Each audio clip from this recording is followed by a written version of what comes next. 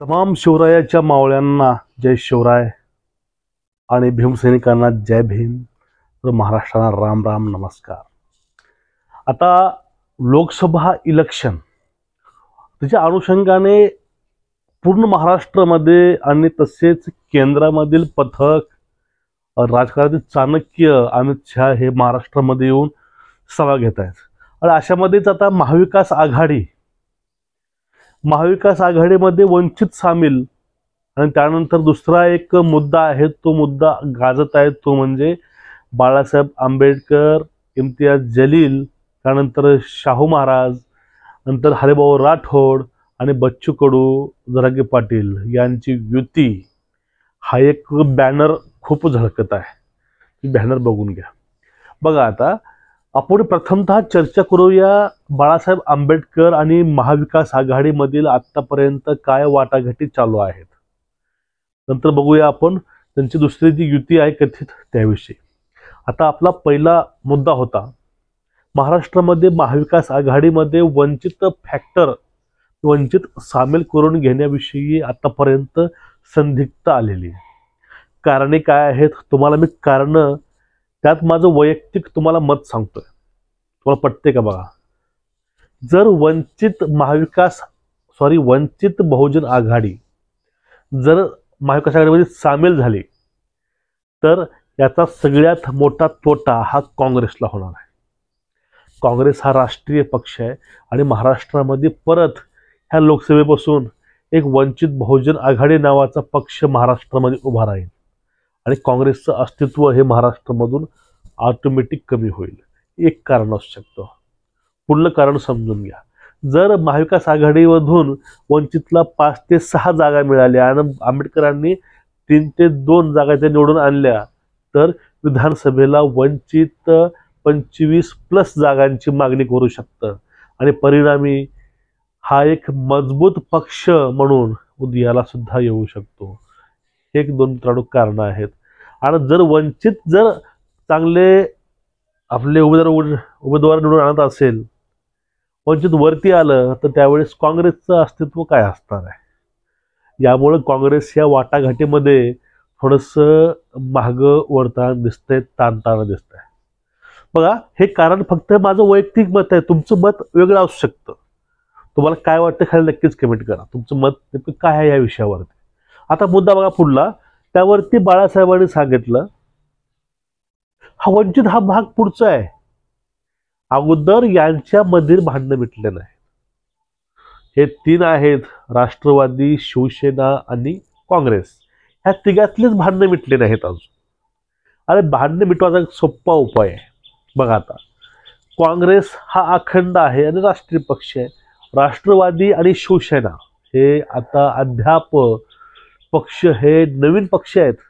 बघा, हे वाक्य बोलतोय मी थोडंसं रेस्पॉन्सिबिलिटीचं वाक्य बोलतोय. हे दोन्ही पक्ष नवीन आहेत आपलं असं म्हणता येईल, कारण यांचे चिन्ह, नाव हे दोन्ही पण मूळ पक्ष म्हणून हे अजित पवार आणि त्यानंतर शिंदेसाहेबांवर गेलेलं आहे. मग आता जे हे दोघांचे पक्ष आहेत ते नार्वेकरांच्या कृपेनं हे पक्ष आता उभारीस घेत आहेत. आता हे मग अशा वेळेस एक जुना पक्ष म्हणून वंचितला सुद्धा समान जागा वाटप मिळायला पाहिजे. पण ही जी जागा वाटप आहे ती जागा वाटप ऍक्च्युली काँग्रेसमध्ये आणि वंचितमध्ये व्हायला पाहिजे.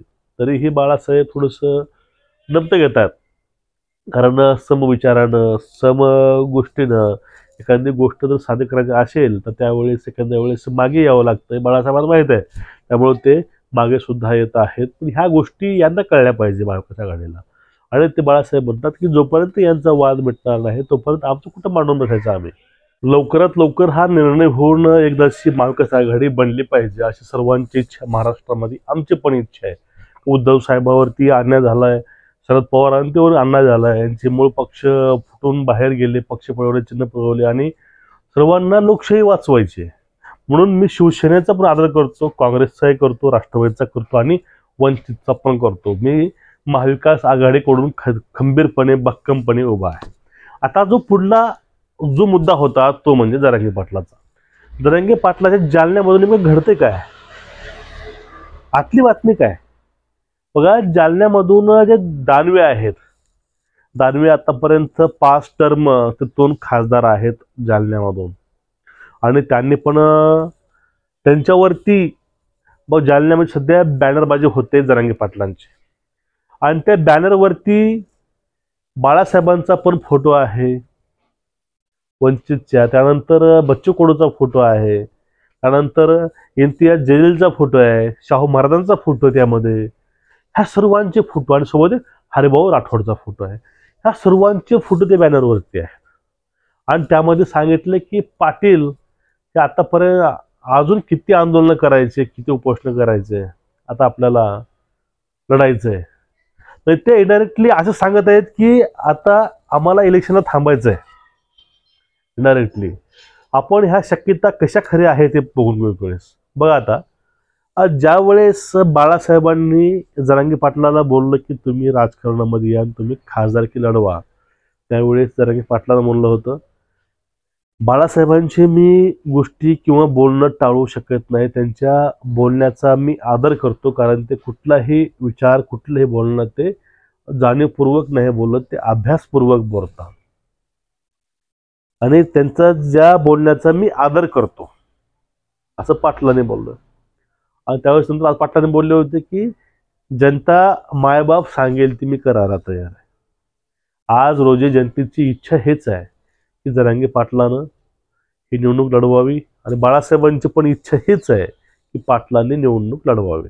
आता प्रश्न एक येतो की जरांगे पाटील महाविकास आघाडीसोबत निवडणूक लढतील की फक्त वंचितला सोबत घेऊन ते लढाई लढतील, निवडणूक लढतील, हा एक प्रश्न आता सध्या पडलेला आहे. आता यावरती निर्णय जरांगे पाटील काय घेतील, आणि भविष्यामध्ये खरंच बाळासाहेब आंबेडकरांसोबत जरांगे पाटील आले तर नेमकं 2024 मध्ये काय काय घडल, बदल तर नक्कीच होणार, चेंजेस हे नक्की होणारच. पण अजून तुम्हाला याविषयी वाटतंय काय, नक्कीच खाली कमेंट करून सांगा. आणि सध्या जे बातम्या चाललेल्या आहेत महाविकास आघाडीबद्दलच्या आणि जरांगे पाटलाबद्दलच्या, तुमचं याविषयी काही मत असेल तेही कमेंट करून सांगा. आणि चॅनलला आपल्या सबस्क्राईब करा, व्हिडिओ जास्तीत जास्त शेअर करा. जय हिंद सर्वांना, जय महाराष्ट्र, खुश रहा.